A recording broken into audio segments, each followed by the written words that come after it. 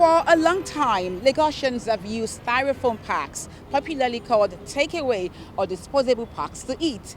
And after eating, they dump them indiscriminately. And this ends up in the drains and water channels. This is why the Lagos State government banned the use of styrofoam packs and other single-use plastics. In line with international conventions like the Basel Convention, in line with regulations, the NESRIA regulations which have been passed at the national level, and also approvals at the state level, we have begun implementation of that ban. And the pronouncement of the ban is just the first step. As we go forward, we'll do a lot of advocacy and engagement, but we'll also do enforcement. It's illegal to buy, to distribute. We will seize styrofoam packs wherever we see them. We will impound the vehicles that are transporting them around, and we will serve the producers and the manufacturers abatement notices. Most of these packs used in the market, they use it in the market, and it is because it is very cheap.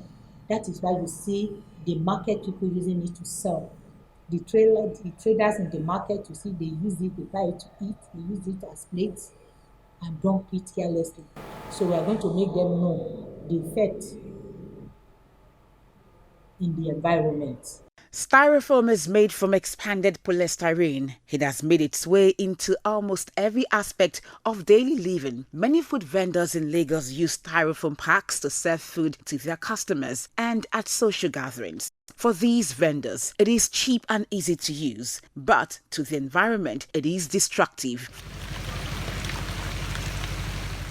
The millions of tons of styrofoam packs produced every year are ending up in our drainage channels and in our canals. They clog the drains so that once it rains, you have flooding, which has a devastating effect on our homes. Following the ban on the usage of styrofoam packs and other single-use plastics by the Lagos State government, some stakeholders have questioned the decision and its implementation.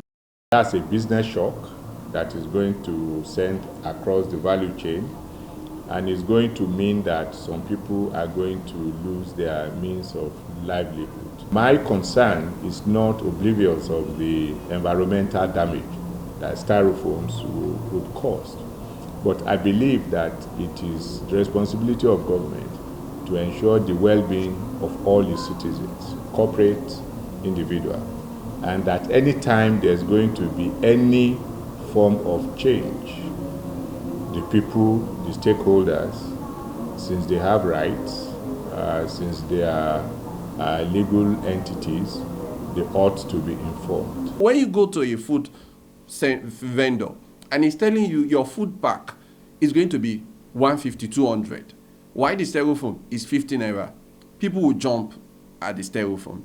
Our issue with styrofoam is not the styrofoam itself, it's the poor handling by users. And this is attitudinal.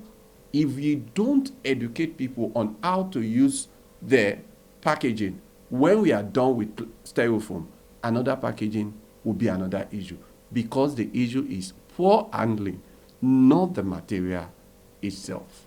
However, the government says it is high time Lagosians adopted alternatives to styrofoam packs and single-use plastics. Avoid single-use plastics, use reusable food containers and reusable water bottles. If we're able to collectively do this, we'll have a much better environment. And the plastic packs are more eco-friendly and more, more useful. You can reuse it at home, or you can just dispose it if you don't use it anymore.